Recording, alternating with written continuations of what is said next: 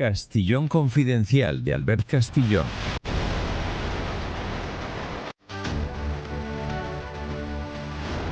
Bem-vindos, como vão, confidenciais? Obrigado por estarem aí.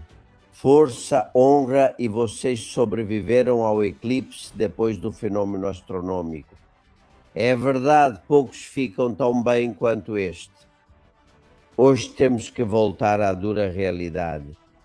É curioso que um eclipse ou uma final da Copa do Mundo de Futebol concentrem tantos milhões de pessoas em uníssono e outras coisas não, né? Como salvar um país ou defender uma pátria. Mas essa é uma análise que teremos que fazer em setembro. Agora talvez seja precipitado. Obrigado por estarem aí. Força, honra e vamos à informação. Olhem, enquanto estávamos olhando para o céu, nos roubaram a final da Copa do Mundo de Futebol de 2030. É curioso porque muitos pensavam que, depois de ganhar a última Copa do Mundo, a Espanha já tinha garantido sediar no Santiago Bernabéu, que ainda por cima estava inaugurando o estádio, a Copa do Mundo de 2030, mas ficou com Casablanca, como adiantamos aqui, e qualquer um que conhecesse a relação entre Espanha e Marrocos. É muito fácil saber aqui quem manda. Embora seja curioso, porque Marrocos nem sequer era um país organizador da Copa do Mundo e acaba ficando com o principal jogo, com a final. Quem organizava essa Copa do Mundo era a Espanha e Portugal. Parece que esquecemos disso. Em 2018 começou a negociação entre Rubiales, então presidente da federação, e a embaixadora do Marrocos na Espanha. E o The Objective publicou mensagens entre eles em que ele já promete. Rubiales, em 2018, Sanches tinha acabado de chegar a Moncloa. Rubiales promete à embaixadora que a final será realizada no Marrocos. O que será que o Marrocos deu para Rubiales, não é para ele ser tão generoso? O que fez Rubiales ligar para Sanches, com quem ele tinha uma ótima amizade na época, e Sanches disse que sim, que podia seguir em frente? Claro, era 2018, ainda não tinham espionado ele com o Pegasus. A partir de 2021, não é só que ele deu a final da Copa do Mundo, é que além disso foi Sanches quem pagou e, portanto, vocês e nós. A final em Casablanca vai ter uma infraestrutura em grande parte paga do seu bolso e com os seus impostos. Por exemplo, 340 milhões de euros para construir, está sendo feita uma grande usina dessalinizadora em Casablanca para que haja água suficiente para atender às necessidades da final da Copa do Mundo. 340 milhões que a Espanha paga e a usina dessalinizadora estará pronta em 2028, mas não é só isso. A Espanha também contribui com 190 milhões para financiar 2 linhas de bonde no interior de Casablanca. As empresas espanholas deveriam fazer isso, mas no final quem faz é uma empresa francesa, porém a ajuda da Espanha continua existindo. O bonde de Casablanca para que o transporte na cidade durante a final da Copa do Mundo seja mais confortável. E também mais 754 milhões para comprar 40 trens interurbanos e melhorar as comunicações do Marrocos. Passamos de convidar o Marrocos em 2018 como um gesto amigável por interesses de Rubiales a pagar a Copa do Mundo para eles e sermos roubados na nossa cara por chantagens do Pegasus. E tudo isso com a colaboração de Infantino, senhores, o presidente da FIFA, desse homem de origem italiana que nasceu na Suíça, tem 66 anos e chegou à FIFA para consertar o desastre dos corruptos e dos presidentes anteriores. Ele encontrou a entidade como um ninho de corrupção e com um déficit de 550 milhões. E é verdade que em poucos anos a FIFA está transbordando dinheiro. Dizem que as receitas da FIFA este ano vão chegar a 13 bilhões em positivo. E claro, ele quer uma parte desse dinheiro. Infantino, por exemplo, inventou no último Mundial que a Espanha ganhou aquelas pausas para a hidratação.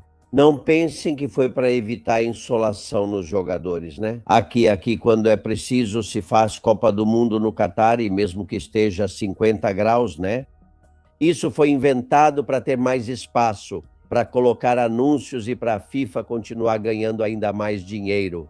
Talvez o pior foi quando tentou vender ações da FIFA, privatizar a FIFA. Ele preparou um plano em que a FIFA vendia ativos para investidores privados e ele continuava sendo presidente, claro, com um salário muito maior do que o atual. Ele se deu um salário de 64 milhões de dólares por ano. Sim, 64. Por sorte, esse projeto não foi adiante e, na verdade, está abalado. Infantino hoje em dia é sinônimo de trambiques, de corrupção, de tentar dar um autogolpe para ficar com a instituição, e também quebrou outro recorde. Nunca os ingressos da Copa do Mundo foram tão caros quanto na última edição. Tudo aumenta, principalmente as suas receitas, e onde estiver o dinheiro, lá estará a final da Copa do Mundo. Essa cena que vocês estão vendo deu a volta ao mundo. Ver Infantino quase se ajoelhando, beijando o chão que Mohamed VI pisa, já indicava perfeitamente que a final seria em Casablanca. O The Times publicou isso na semana passada e parece que só faltam os detalhes e a assinatura para que seja oficial. Olhem, o pior é que a Espanha nem sequer pediu para ser sede da Copa do Mundo.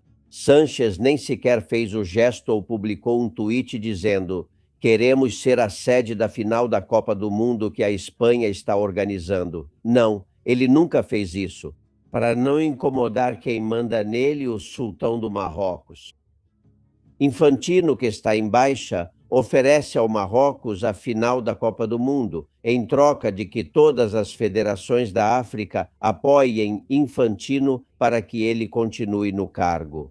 E assim continua essa engrenagem em que muitos ficam milionários e outros veem como lhes roubam a possibilidade de serem o centro do mundo por alguns dias. Poderia ter sido Madrid ou Barcelona, mas uma suposta chantagem através do Pegasus vai impedir isso. Sim, senhores, há uma expressão bem espanhola que explica muito bem qual é o papel do governo espanhol em tudo isso. Somos os trouxas do Marrocos. Bem-vindos, nós investigamos.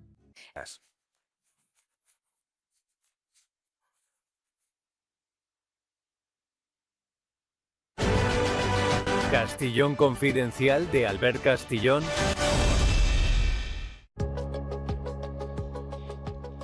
Senhores, esse jogo de gato e rato, onde sempre cabe à Espanha ser o rato entre Marrocos e nosso país, não é por acaso. Faz parte de um velho plano com décadas e anos de história. Aqui nós já contamos isso, foi chamado de Plano Reconquista Marrocos 2030, já recebeu muitos nomes. O que não há dúvida é que Marrocos tem uma agenda que passa por ficar com parte da Espanha, mesmo sabendo que historicamente não há nenhum motivo para isso. Mas eles já fizeram isso com o Saara, que era mais uma província espanhola, e deu certo para eles. Qual é esse plano final? O que Marrocos pretende fazer com o nosso país? E parece que em poucos anos, há uma pessoa muito ativa nas redes sociais, é Sarawi, e hoje está conosco para nos contar muito mais. Ahmed Baba, como você está? Seja bem-vindo. Olá, Albert, obrigado pelo convite e um abraço aos seus seguidores. Muito obrigado. Existe algum plano para ficar com Ceuta, Melilla, Canárias e quem sabe mais alguma coisa? Claro, leve em consideração que no caso de Ceuta e Melilla, agora se fala muito sobre isso por causa dessa última invasão, mas a questão de Ceuta e Melilla vem de muito antes, nem foi só na invasão que Marrocos organizou em 2021, começou antes.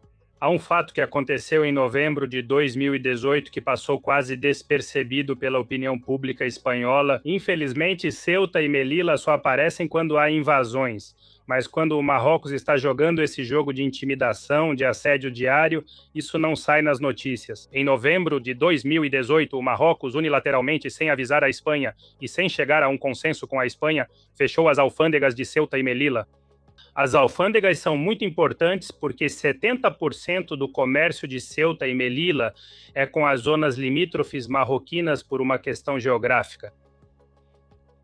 Basicamente, o que o Marrocos conseguiu foi afundar economicamente o comércio, todo o comércio. E todo o movimento de trabalhadores, e para você ter uma ideia, desde essa data, nenhum cidadão marroquino ou de Ceuta pode sair para o território marroquino, nem mesmo com uma garrafa de água.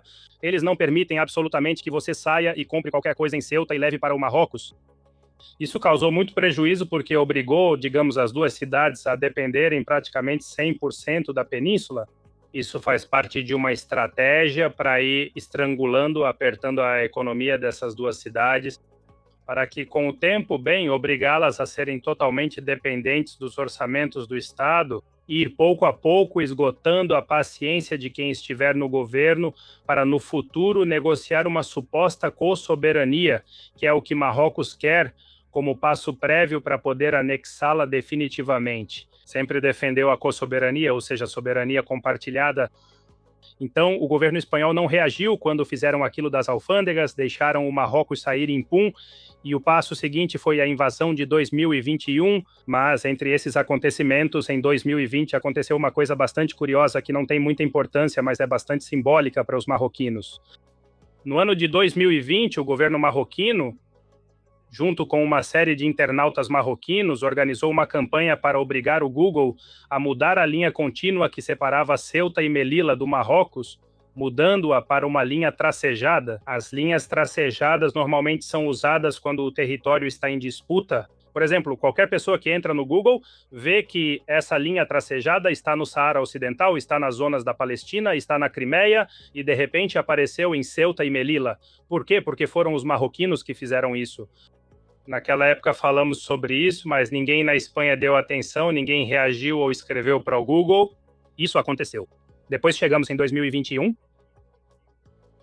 na invasão que os marroquinos planejaram em maio de 2021. É importante lembrar algo sempre citado na imprensa ao se falar da invasão de 12 mil marroquinos em apenas 24 horas. Na imprensa sempre se fala que a responsabilidade ou o motivo daquela invasão foi a acolhida de Ibrahim Ghali, o líder da Frente Polisário e presidente saharaui.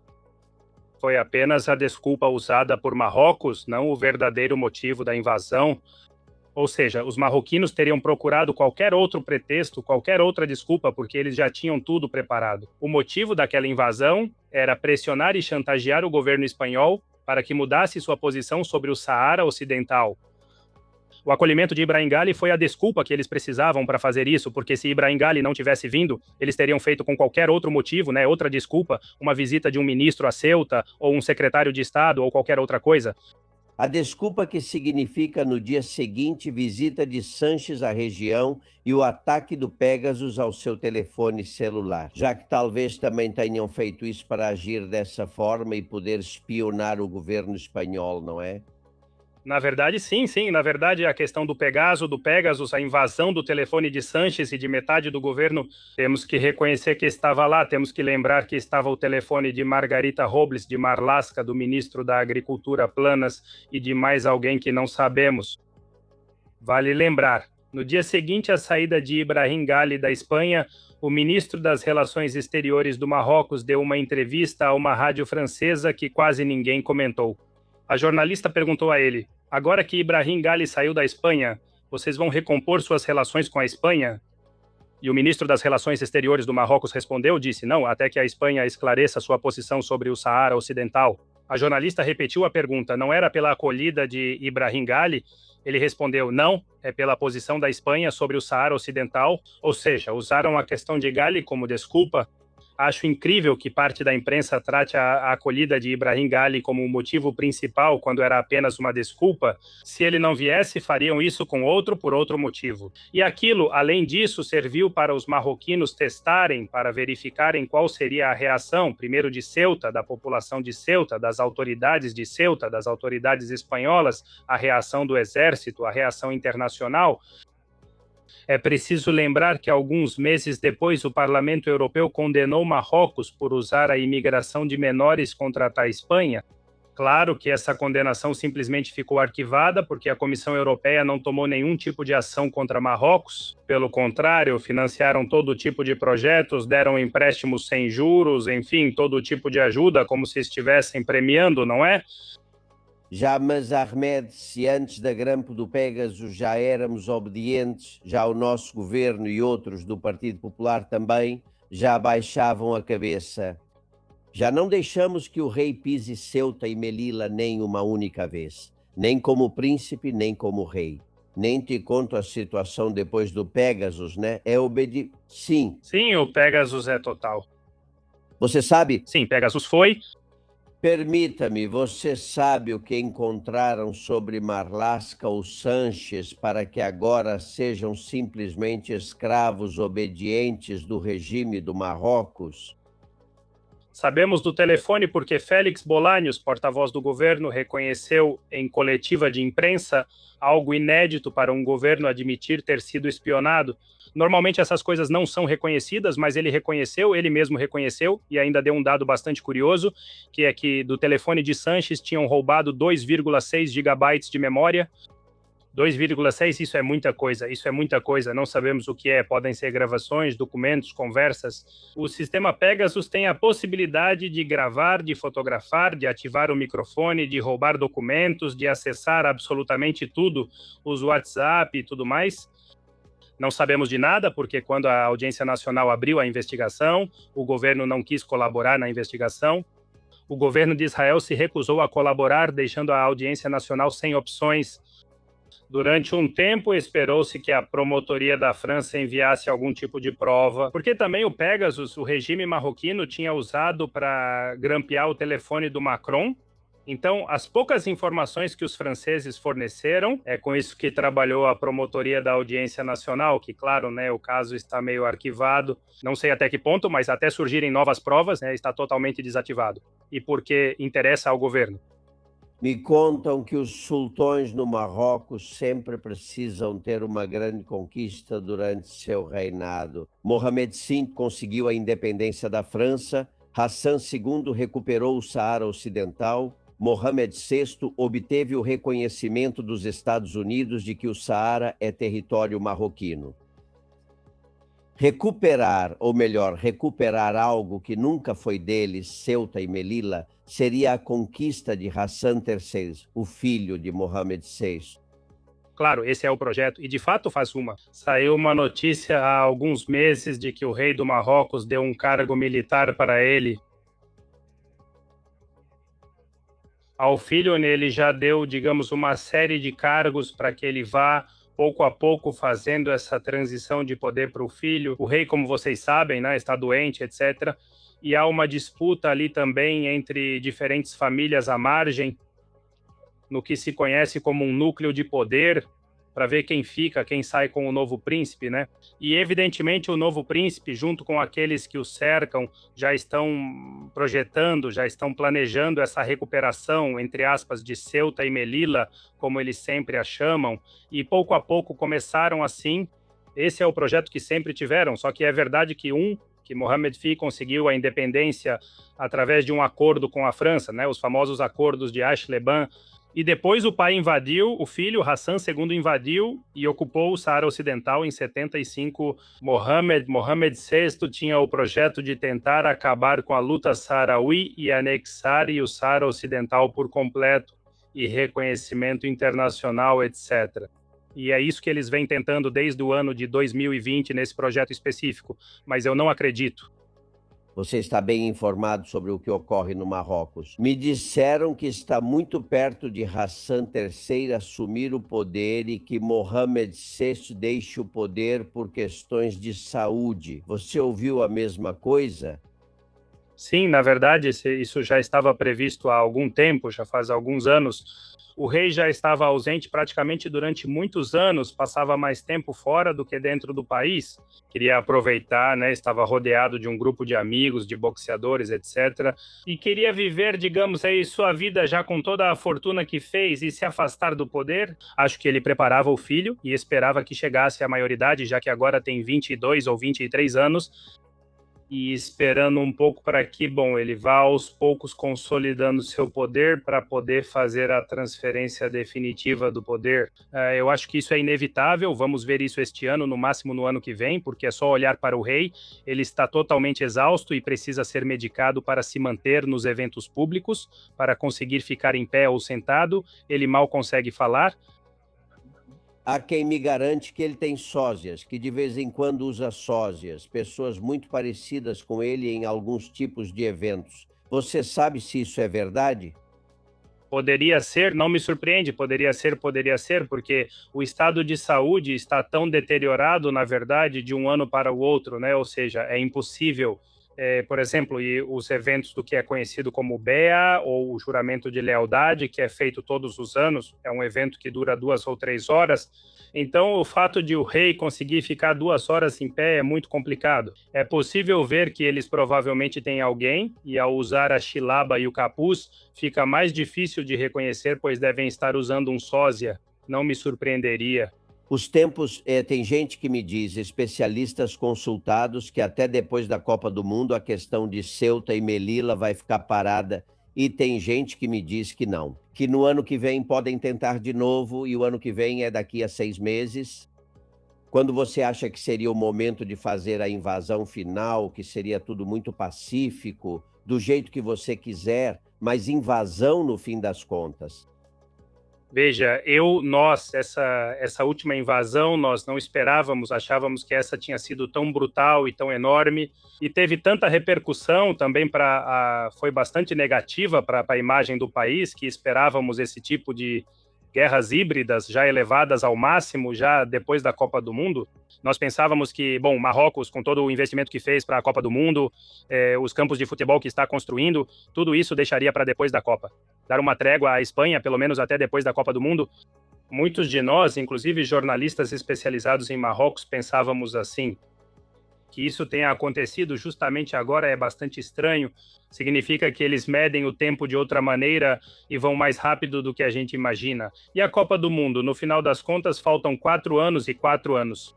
Provavelmente que o rei também queira ver uma ocupação e uma anexação de Ceuta e Melilla antes de deixar o poder definitivamente nas mãos do filho dele. Por isso, ele não pode esperar mais 4 anos pela Copa do Mundo devido ao seu estado de saúde. E sim, é uma boa teoria e com certeza muito provável.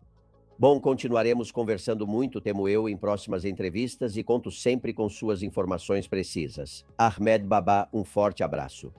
Muito obrigado, Albert. Um abraço a todos. Castillon.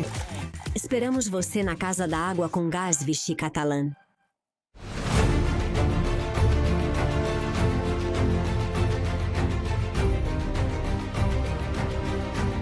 Recebi uma mensagem muito carinhosa dos Estados Unidos, de Cristóbal. Ele diz: meu estimado Albert, te acompanho todos os dias daqui da América porque quero ouvir as notícias reais da Espanha. Hoje eu estava ouvindo recordações da Alhambra e o concerto de Aranjuez, e neles parecia ouvir o choro da Espanha pela traição de algum de seus filhos. Obrigado, Albert, por ser um grande espanhol e por lutar pela nossa nação. Muito obrigado a você. Temos inúmeros espanhóis, ou não espanhóis, não me importa, em outros lugares do mundo que se informam sobre o que está acontecendo graças a nós. Eles não sabem a honra que nos dão. Bem, tenho mensagens. Ouvimos Estrada, José Carlos, Júlio, Lídia e Minerva. Eu te pergunto porque todos sabemos que os Bourbons sempre foram o pior para a Espanha. Isso todos nós sabemos, que nunca foram muito espertos, mas realmente não estão vendo para onde isso está indo. Eles seriam mesmo tolos ao ponto de morder a mão que os alimenta? porque tudo o que eles estão fazendo é para que as pessoas peguem nojo deles e os tirem de lá, que isso vá para uma república onde eles perderão tudo e ainda colaborarão com isso. Acho que o dano que o governo está nos causando neste momento não pode ser maior do que o problema do Pegasus dele. Enfim, de qualquer forma, são eles que serão afetados pelo conteúdo que foi retirado dos celulares. Com a gente, os espanhóis, a princípio, volto a repetir, acho que o dano que estão nos causando é muito maior do que o conteúdo que esses celulares possam ter. Estão acabando com a Espanha. Tiramos uns dias de férias e aconteceu que minha filha estava... Bom, tínhamos que levá-la ao médico, à doutora, e decidimos ir ao centro de saúde. Vou até o guichê, entrego ao cavalheiro o cartão de saúde e digo: olha, bom dia, viemos para que vejam minha filha, mas viemos de Madrid. E ele me diz: pode me dar o passaporte, por favor? E eu pergunto: como assim o passaporte? É que o sistema está pedindo o passaporte. Como assim o sistema está pedindo o passaporte? Primeiro, eu sou espanhol e somos espanhóis. Segundo, acho que estou na Espanha. Terceiro, minha filha tem 8 anos e não precisa ser identificada de nenhuma forma, nem com passaporte, nem com documento de identidade. O que eu quero é que um médico veja minha filha, entende? Só isso. É isso que estou pedindo. E em Madrid ninguém me pede passaporte quando vou ao médico. Isso é inacreditável. Achei que ele estava brincando comigo. No canal Notición, que é de uma conterrânea minha cubana, que está nos Estados Unidos, apareceu um marroquino, exigindo que devolvam as crianças menores para o Marrocos, que os pais estão desesperados lá no país deles, na fronteira, que querem recuperar seus filhos. E até alguns dizem que riem todas as suas crianças de volta, as verdadeiras crianças, claro. Então, investigue um pouco mais sobre esse assunto, porque acho que isso vai acabar com essas verbas que eles querem, com o tráfico de crianças, que é o que eles estão fazendo, tráfico infantil, além de serem disruptores de sociedades inteiras. A imagem que estamos passando e a sensação que nós, espanhóis de bem, temos é que quem nos governa está de férias na praia, sem nenhum perigo à vista. O rei, em vez de colocar o uniforme e ir para Ceuta, está numa regata e chegou à regata com um carro de 75 mil euros. A consorte de Letícia apareceu na festinha com um vestido de 3 mil euros e da cor da bandeira Laure. Ai, Minerva, como você faria bem na Casa Real e não com o que tem lá agora. Olhem, como exemplo de como as coisas estão mudando, muitos marroquinos estão ficando mais ousados, claro, entram e saem da Espanha quando querem, sem passaporte, sem documentos. Então, por que não fariam isso? Existe um rochedo espanhol, o Peñón de Alucemas, que fica a 700 metros da costa do Marrocos. Toda vez que passa um barco marroquino, isso acontece. Estou aqui, vivemos com a luz, meus irmãos, meus irmãos.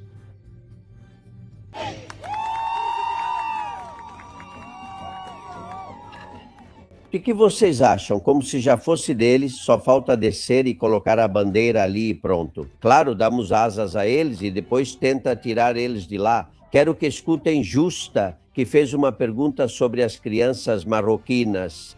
Eu me faço uma pergunta. Se destinaram ou vão destinar 30 milhões para o cuidado dos menores estrangeiros desacompanhados em Ceuta e pretendem distribuí-los pelo resto das províncias espanholas, vão distribuir o dinheiro proporcionalmente para essas províncias ou o governo de Ceuta vai ficar com ele, como pagamento de quê? Bem justo.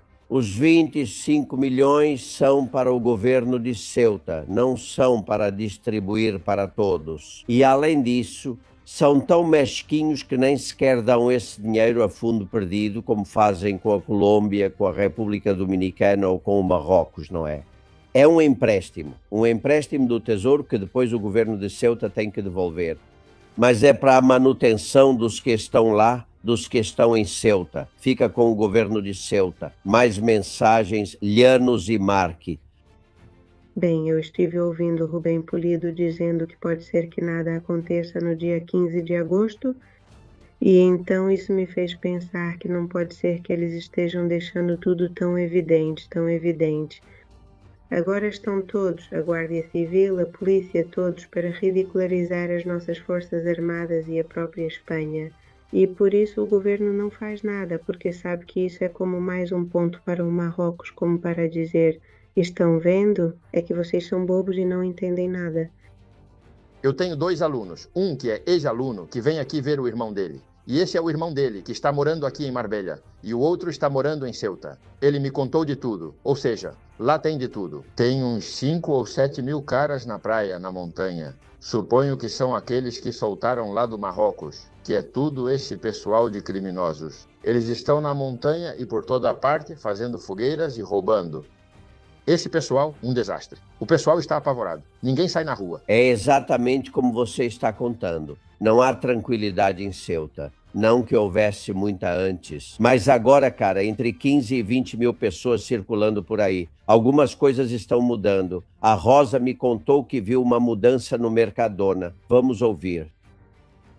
Fazia muito, mas muito tempo que eu não comprava vagens no Mercadona. Hoje, especificamente, encontrei vagens com denominação de origem.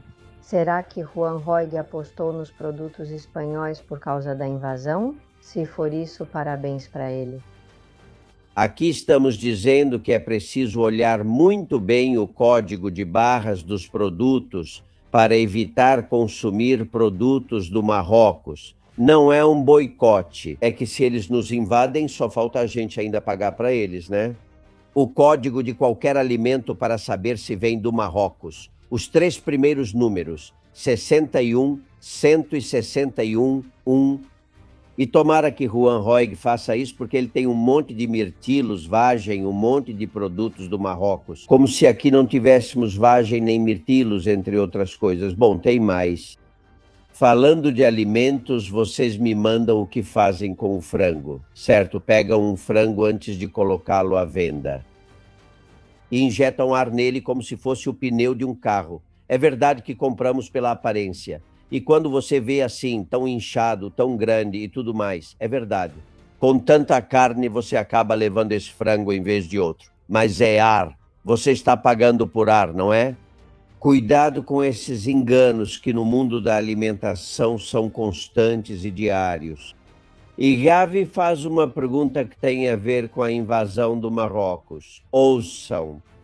Eu gostaria de saber de que conta saem os telefones de toda a imigração que entrou pela cerca e a internet, porque isso custa dinheiro. E quando é de um país diferente, custa ainda mais. Quem é que paga por tudo isso? É isso que deveríamos investigar, porque eu não acredito que sejam os pais desse pessoal que pagam a linha telefônica e a internet.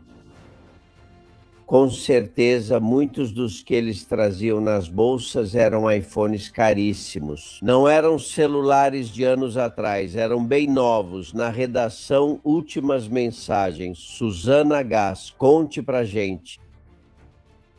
Seguimos com Albert. Na redação do Castilhão Confidencial recebemos essas mensagens e lemos diariamente. É o caso da Maria Jesus. Ela afirma que somos governados por pessoas que priorizam outros países, abandonando o próprio, permitindo até invasões ou destruição. Quem tem propriedades querem que perca e os pobres ficam ainda mais pobres. Não querem o avanço do país. Eles querem nos afundar na miséria e tudo isso vem apenas do governo da Espanha.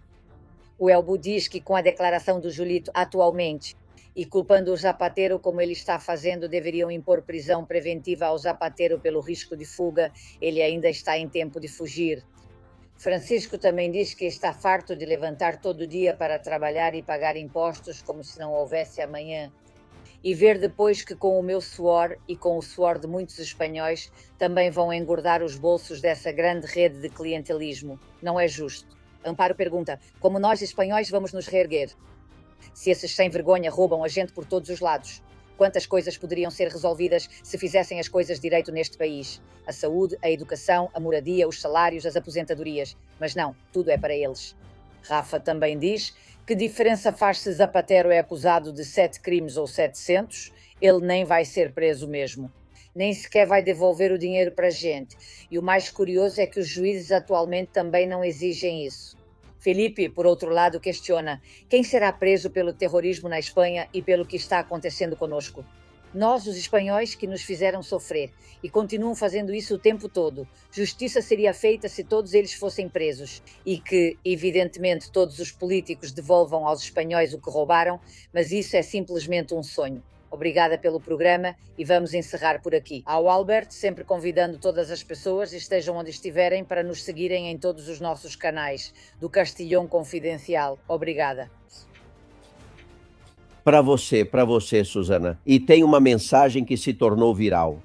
E é de uma mulher. É muito longo, mas eu resumo em 1 minuto. Ela grava uma mensagem para Sua Majestade o Rei. Ela é muito clara e fácil de entender. Escuta, este vídeo é dirigido à Sua Majestade. Majestade, eu pensava que o exército, os generais e o alto comando se tornavam militares por vocação, porque sentiam amor pela pátria, sabe? Mas o que eu observo em você, sendo general de todos os exércitos, é que você está muito mais tranquilo, Pinchuco. Quando você pensa em aparecer diante do povo, já está arrumando as malas para ir embora? É incrível que um rei, cujo trabalho é cuidar do povo. Como é que você não tem essa coragem que deveria ter como general de todos os exércitos e dizer, daqui não passa? Aqui, covardes, nós não queremos. Queremos pessoas que enfrentem as coisas, e você é uma militar. E tem a obrigação, pelo que jurou, de defender seu povo e a democracia. O que diabos você está fazendo que não está indo para a linha de frente? O que está esperando? O que está esperando que os militares entrem em ação? E se houver um golpe de Estado ou guerra civil na Espanha, é isso que espera? Espero que responda, pois é sua obrigação. Caso contrário, faça as malas e saia da Espanha. Não queremos um rei sem coragem para enfrentar os problemas do país. Você é militar. Militares devem defender a pátria e a bandeira da Espanha. E até agora você não está fazendo nada. Que bons cidadãos a Espanha tem se tivesse um bom rei, não é? A frase não é minha, vocês sabem. 91. 9.159.304,91 de toda a confiança.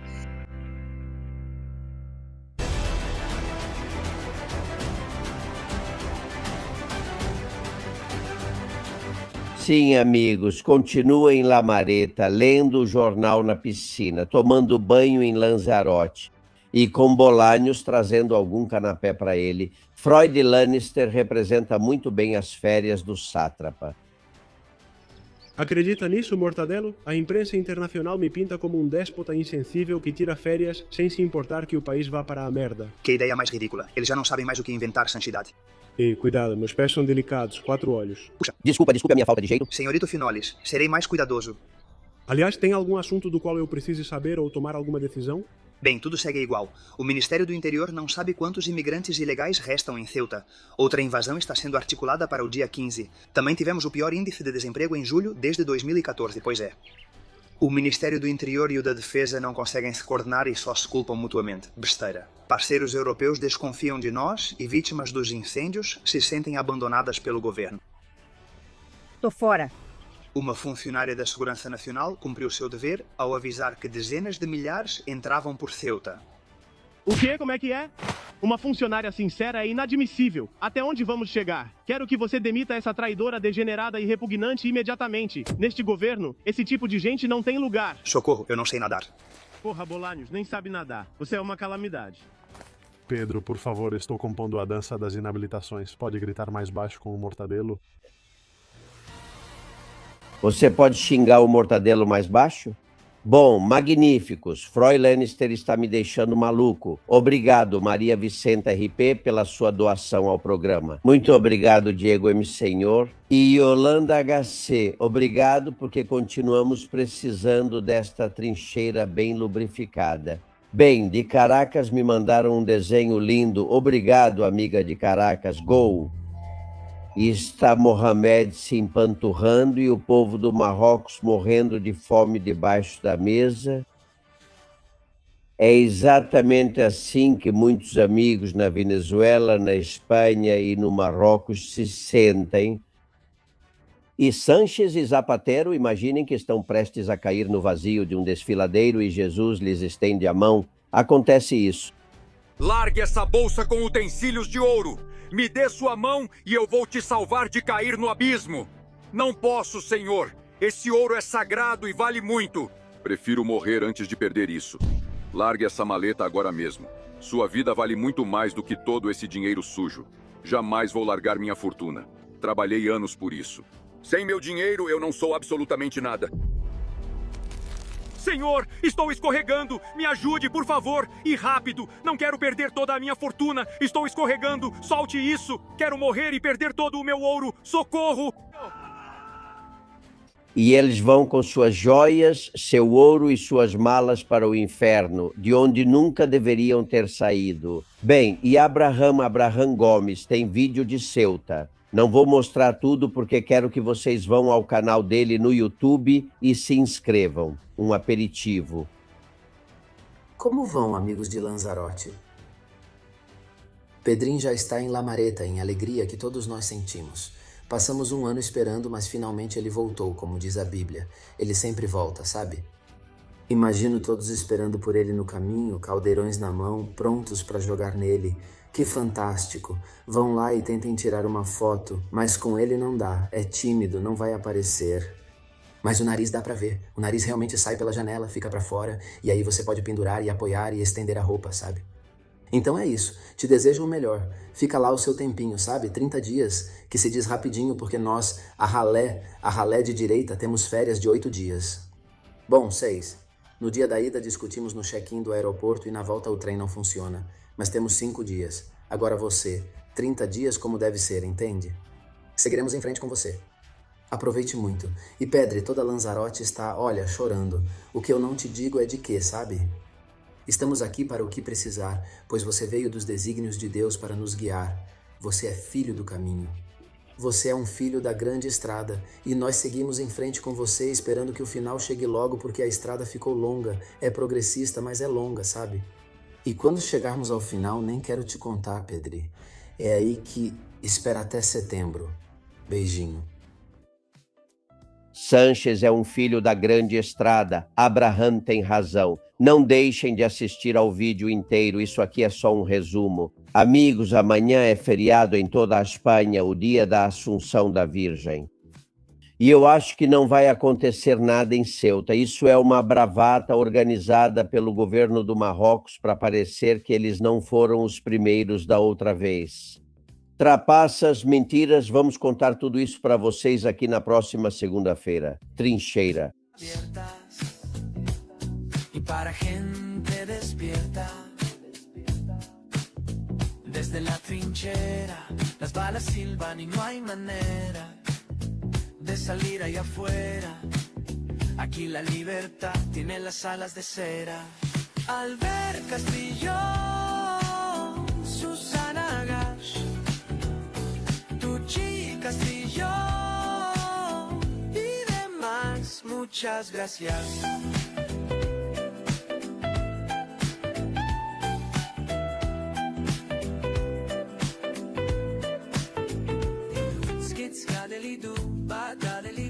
Con esto y un bizcocho, hasta mañana a las 8. Castellón Confidencial, de Albert Castellón.